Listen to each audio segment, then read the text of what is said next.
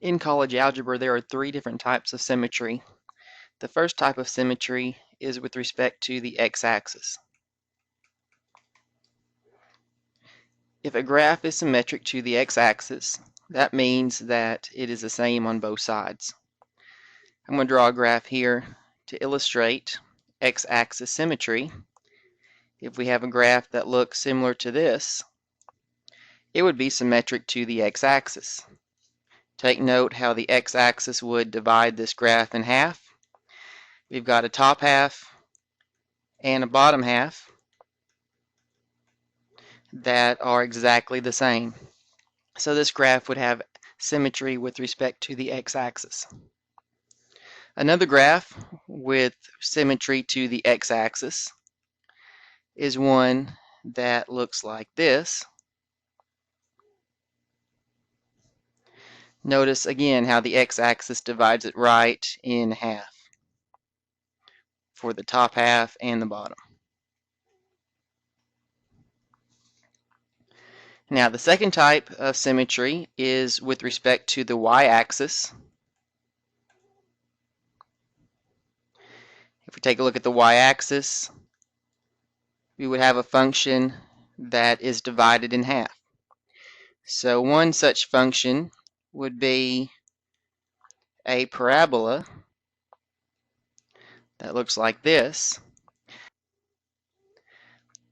This equation is actually y equals x squared if you wanted to graph that in your calculator. Notice how the y-axis divides this graph right in half. We have a left side and a right side. So this graph would be symmetric to the y-axis. Now another graph that is symmetric to the y-axis is one that maybe would have a circle right here. Now notice how this axis divides a circle in half. Again, we have a left side and a right side. So therefore this circle right on the y-axis would be symmetrical. Now the third type of symmetry is with respect to the origin. Now graphically, the origin is where the axes intersect, the point 0, 0. That is the origin. Now the easiest way to figure out if a graph is symmetric to the origin is to rotate half of the graph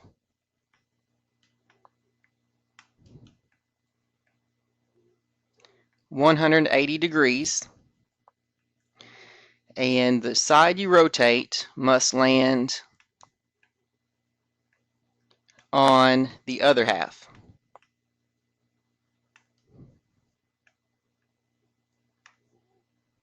Okay, let me show you what I'm talking about here with an example. Okay, let's suppose we've got a graph that looks like this.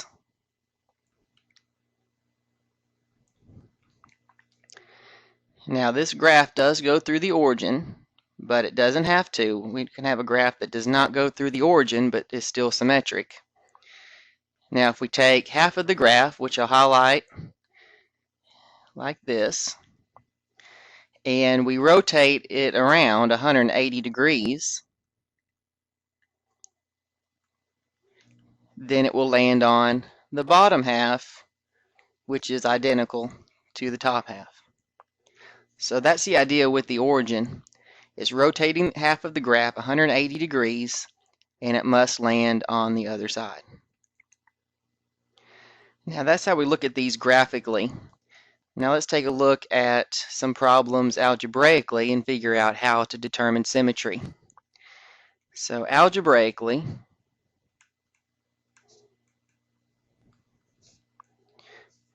if we look at the x-axis, what we have to do is make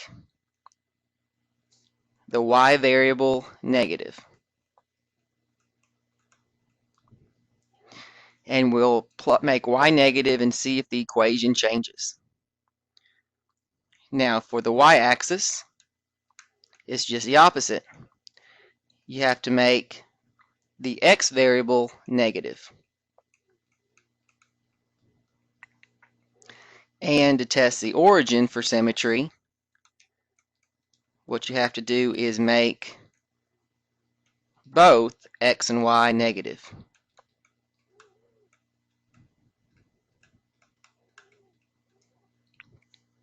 Okay, let me show you what I'm talking about with an example. Okay, let's suppose a direction say test the x-axis, y-axis,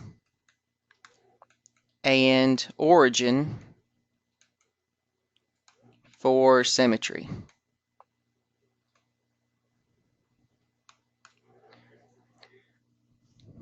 Now the problem is 5y squared equals 4x plus 1. Now the first thing we'll do is test the x-axis. To test the x-axis, we need to make y negative. So if we look at the equation and make y negative, it would be 5 times negative y squared equals 4x plus 1. And then we need to simplify. The squared will make the negative cancel out. So it's really 5y squared equals 4x plus 1. Now the idea is if the negative cancels out and the equation is exactly the same as the beginning, which it is symmetrical. So therefore this is symmetry to the x-axis. That proves that this function, this equation, has symmetry with respect to the x-axis. Now we do the similar process with the y-axis, except we need to make x negative. So look at the beginning equation again. We've got 5y squared equals 4. Now I'm going to make x negative plus 1. Go ahead and simplify this a little bit. We get 5y squared equals, well, if I have 4 times negative x, that's negative 4x plus 1. And I can't simplify anymore. So if I compare this to the original equation, you see it's different. Of course, we have the negative involved here. So therefore, it is not symmetric to the y-axis.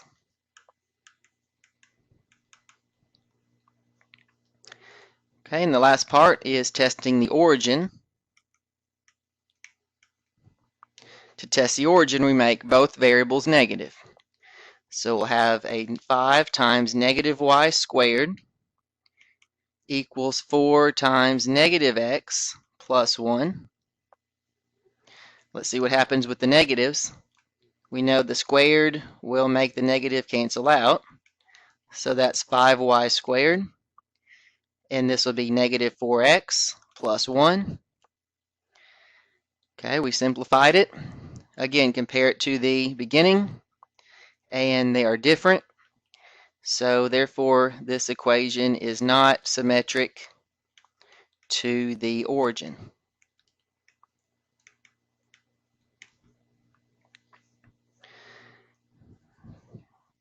Now let's take a look at another problem. The next problem we'll look at for symmetry is y equals the absolute value of x minus 4. Okay, now we want to test for symmetry, so let's test the x-axis first. And to test the x-axis, remember we make y negative. So if I make y negative on the left here, then we have this equation. And it's not going to be the same as the beginning, no matter what we do. So therefore it is not symmetric to the x-axis.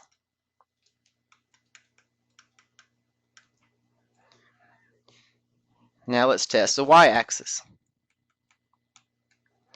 For the y-axis, remember, we need to make x negative. So where the x is, inside the absolute value, I'm going to put a negative x. And remember, when we simplify this, that the absolute value always makes a number or variable positive. So we can actually just get rid of this negative here with an absolute value. And therefore, if we compare it to the beginning, it is identical. So therefore, it is symmetric to the y-axis.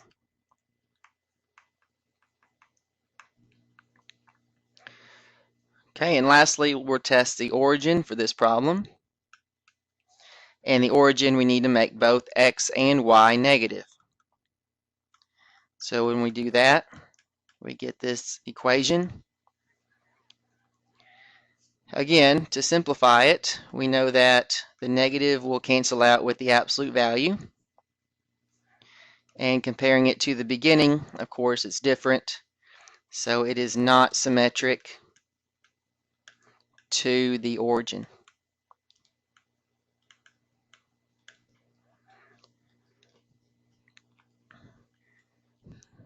All right, and one more problem. The last problem we'll do is this: 3x squared plus 5y squared equals 10. Determine what it has symmetry to. Okay, let's look at the x-axis. The x-axis, we make y negative.